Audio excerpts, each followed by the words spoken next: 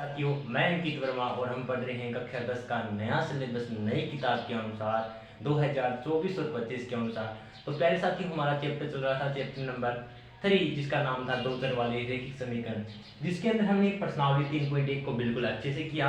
आज हम 3.2 का क्वेश्चन नंबर 2 करने वाले। इससे पहले जितने भी क्वेश्चन किए हैं उन सब का आपको प्ले लिस्ट में मिल जाएगा, एक एक वीडियो क्रम वाइज आपको यूट्यूब चैनल पर मिल जाएगा, आप वहाँ से देख लेना। तो चलिए साथियों, आज स्टार्ट करते हैं क्वेश्चन नंबर 2 को। और आपसे वादा करता हूँ हर एक चीज़ को बिल्कुल बारीक से समझाऊंगा, हर एक चीज़ को आपको दिल और दिमाग तक पहुंचाने का काम कर रहा हूँ। ठीक है, तो सबसे पहले question number 2 very very important है। इसमें हमें दो इक्वेशन दी गई है, 2x + 3y = 11 और 2x - 4y = -24 है। वो हल कीजिए और m का वह मान ज्ञात करें जिसके लिए y = mx + 3 हो।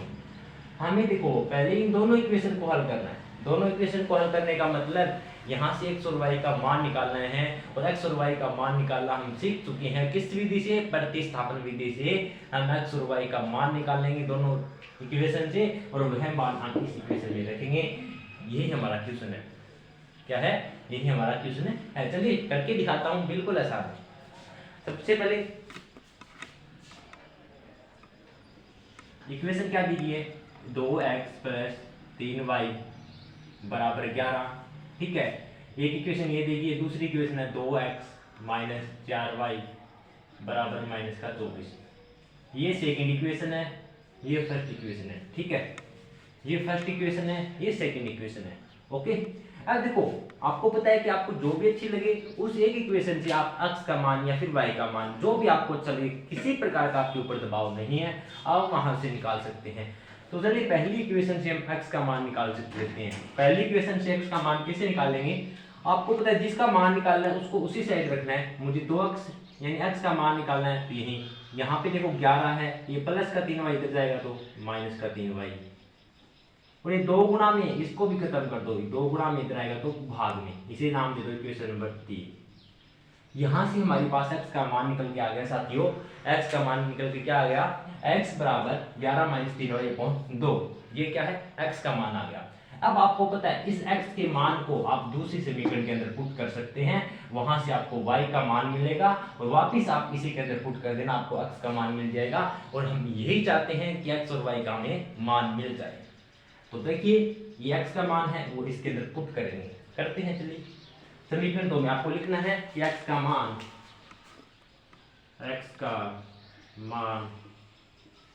समीकरण 2 में रखने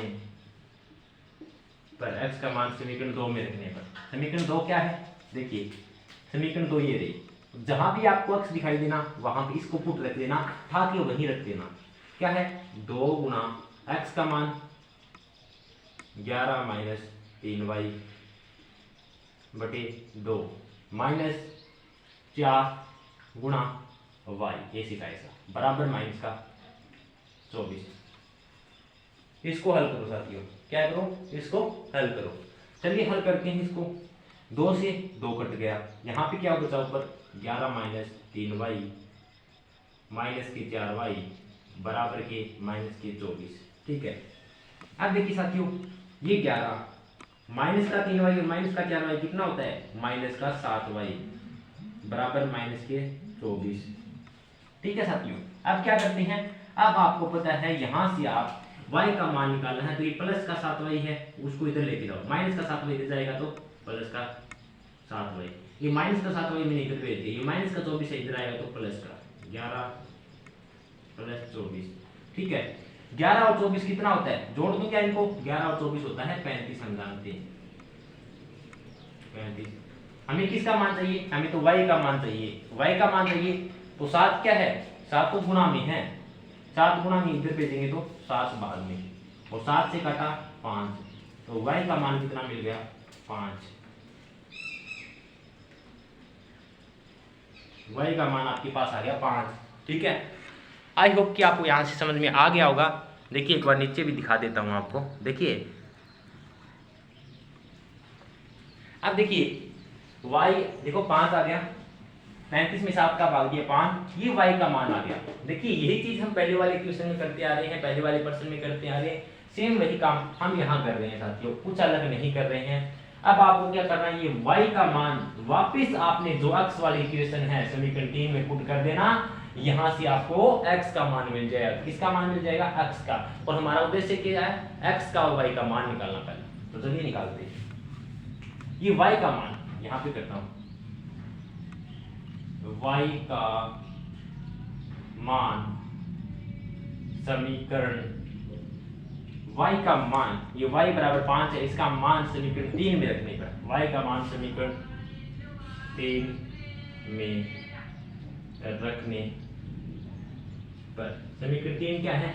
ये है x बराबर 11 माइनस 3y, 3 इंटू वाई की जगह तो हमारे पास मान आ गया, y की जगह देखो ये पुट कर दूं, 3 गुणा y है, y की जगह 5 बटे 2, x बराबर 11, 3 को 5 से गुणा किया, 3 पंजा 15 बटे 2, 11 में से 15 गया माइनस के 4, माइनस के 4 में 2 का भाग दिया माइनस का 2, क्या यही मान आ रहा है? देखो जल्दी से चेक करो। तो देखिए साथियों, x का मान -2 आ गया, ठीक है, x का मान आपके पास -2 आ गया और हमें यही मान निकालना था। x का मान कितना आ गया? -2, और y का मान आपके आ गया 5। मैंने आपको सबसे पहले यही कहा था, आपको कैसे भी कैसे करके x और y का मान निकाल लेना है, वो हमने निकाल दिया। उसके पश्चात आपको क्या करना है? उसके पश्चात आपको अब इसके आगे चलते हैं। इसने आगे कहा है कि m का वह मान ज्ञात कीजिए जिसके लिए y बराबर mx प्लस 3 हो। यहाँ पे आएगा मजा, देखना, y बराबर mx प्लस 3 ये है। इसको अब हमें पता है y का मान मिल गया ना, y का मान पुट कर दो 5, m का मान है क्या? नहीं, ये तो छोड़ दो। x का मान है क्या? 2, माइनस का 2 है तो माइनस का 2 से गुणा करूंगा। देखो m को मैं माइनस की 2 से गुणा करूंगा तो माइनस का 2 ही तो हो जाएगा, ऐसे लिख सकता हूँ, और प्लस का 3, ये 5 प्लस का 3 इधर आएगा तो माइनस का 3 बराबर माइनस का 2 है, 5 में से 3 गया 2 बराबर माइनस का 2 है। मुझे तो इस m का मान चाहिए, तो ये 2 गुणा में ना इसको इधर देख दो, 2 से 2 कट गया, क्या आ गया? 1 आ गया, लेकिन इसके साथ में माइनस है तो क्या आ गया? m का मान आ गया माइनस का 1। आई होप कि आपको एक समझ में आ गया होगा साथियों, आई होप कि आपको मेरी बात अच्छी समझ में आ गई। वापस से रिपीट कर रहा हूँ, देखना। देखिए सबसे पहले मैंने कहा हमारे पास 2 इक्वेशन थी, दोनों इक्वेशन से हमने क्या किया? x और y के अलग अलग मान निकाल लिए, ठीक है। मैंने पहली इक्वेशन से हमने x का मान निकाला और वह पुट कर दिया दूसरी इक्वेशन से प्रतिस्थापन विधि से, और वहां से हमारे पास y का मान आया 5। इस मान को मैंने वापस समीकरण 3 में रखा तो x का मान मिल गया सॉरी, ठीक है, x का मान मिल गया, x और y दोनों का मान मिल गया। वापस फिर हमने इस आगे क्वेश्चन में बोला है कि y बराबर mx प्लस 3 हो तो इसको सरल कीजिए, इसको सरल करना है। तो साथियों अब हमने इसका मान रख दिया y बराबर mx प्लस 3 जो ये है, ठीक है। इस प्रकार इसको हल करना था। आई होप कि आपको इक्वेशन नंबर 2 है वो बिल्कुल अच्छी से समझ में आ गया होगा साथियों। तो इसका स्क्रीनशॉट लेना चाहिए तो आप स्क्रीनशॉट ले सकते हैं। देखिए साथियों ये क्वेश्चन पूरा हो गया आपका क्वेश्चन नंबर 2। आई होप कि आपको बिल्कुल अच्छे से समझ में आ गया। चलिए फटाफट क्वेश्चन नंबर 3 को जितना भी सॉल्यूशन होता है उसको कोशिश करते हैं। देखिए बिल्कुल आसान क्वेश्चन है, 3 को अगर बोर्ड पे तो नहीं लिख पाऊंगा लेकिन आपको समझाने का पूरा प्रयास करूंगा, आपको पूरा समझ में भी आएगा। आप अपनी बुक साथ में रखना साथियों, क्योंकि क्वेश्चन को लिखते टाइम ज़्यादा टाइम लगेगा, इससे अच्छा मैं डायरेक्ट आपको समझा ही दूँ। देखिए क्वेश्चन क्या कहता है, क्वेश्चन ने कहा है कि निम्नलिखित समस्याओं में देखिए समीकरण युग्म बनाइए और उनके हल प्रतिस्थापन विधि से ज्ञात करना है। पहले तो इनकी इक्वेशन बनानी है और फिर उनके हल है वो प्रतिस्थापन विधि से हल करना है। आपको पहला क्या दिया गया है, आप अपनी बुक में देखना, ठीक है। ये देखो आपको दिया गया पहला कि 2 संख्याओं का अंतर 26 है और एक संख्या दूसरी संख्या की 3 गुनी है, उन्हें ज्ञात कीजिए। साथ में आप अपनी बुक रखना, ठीक है। क्वेश्चन नंबर 3 का फर्स्ट पार्ट करते हैं। इसने कहा है कि 2 संख्याओं का अंतर 26 है। हमें नहीं पता साथियों वो 2 संख्या कौन सी है। माना क्या माना एक संख्या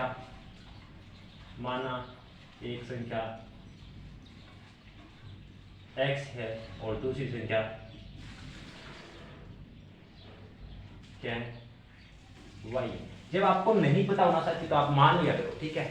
माना एक संख्या x थी दूसरी संख्या y थी। इसने क्या कहा है कि देखिए कि दो संख्याओं का अंतर है वो 26 है। आप अपने साथ बुक रखना, बार बार बोल रहा हूँ क्योंकि मैं क्वेश्चन को लिखा नहीं हूँ, डायरेक्ट इसका आंसर करा रहा हूँ क्योंकि क्वेश्चन बड़ा है।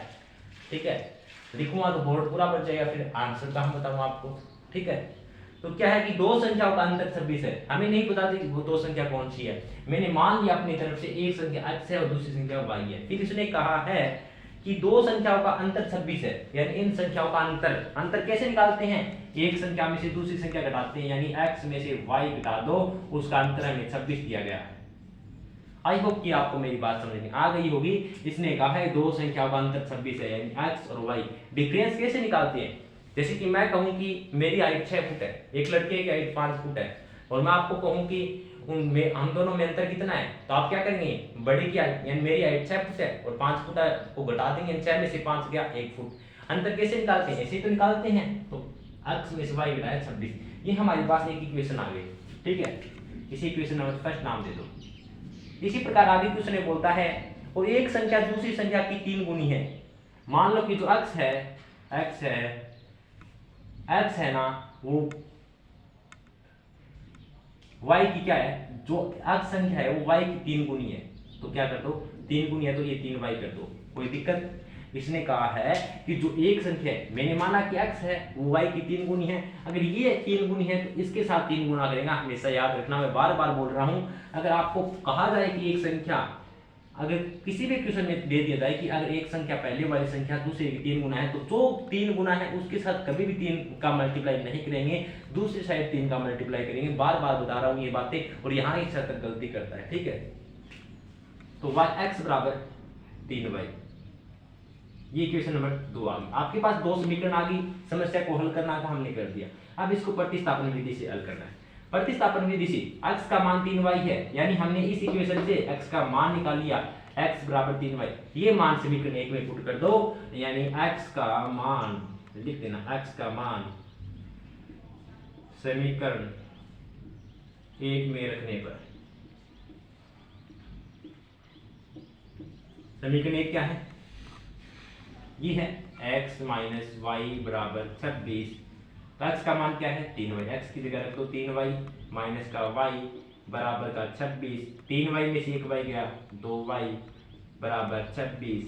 तो y 2 गुना में ही इधर आएगा तो भाग में 2 का भाग देंगे तो 13, तो y की वैल्यू कितनी आ जाएगी 13।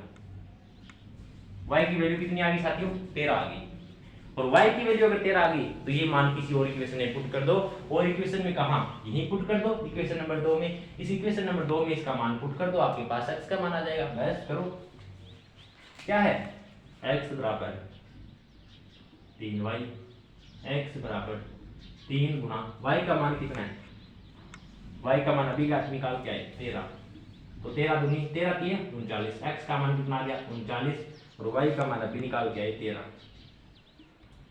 बस यही हमें याद करना था।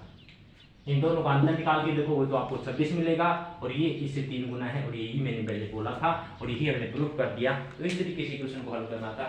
आई होप कि आपको मेरी बात अच्छे से समझ में आ रही होगी। क्या वास्तव में आपको समझ में आ रही है साथियों, तो ज़रूर बताना। इसके बहुत ज़्यादा पार्ट है, लगभग 6 पार्ट है। तो देखिए, इसका एक पार्ट तो मैंने आपको करा दिया गया है, ठीक है, और बाकी के बचे पार्ट आपको कल कराऊंगा। ठीक है, एक पार्ट आपको समझा दिया है। आई होप कि आपको यहाँ तक की वीडियो अच्छी लगी होगी और पसंद भी आई होगी। ठीक है साथियों, यहाँ तक की वीडियो आपको पसंद आई हो और अच्छी लगी, और आगे के पार्ट में आपको कल नेक्स्ट वीडियो में समझाऊंगा। अगर आपको दिल से पसंद आई और कुछ यहाँ से सीखने को मिला तो प्लीज़ अपना एक लाइक और एक प्यारा सा कॉमेंट करके जरूर बताना। और आप इसी तरीके से कक्षा 8, 9, 10 या फिर किसी भी अन्य कक्षा का मैथ हमारे साथ सीखना चाहते हैं, बिल्कुल फ्री ऑफ कॉस्ट, तो आज ही हमारे YouTube चैनल मैथ की आवाज़ के साथ जुड़ जाइए और अपने सुनहरे भविष्य की ओर आगे अग्रसर हो जाइए। तो साथियों, आज के लिए इतना ही, मिलते हैं कल के नेक्स्ट वीडियो में। तब तक के लिए जय हिंद, जय भारत।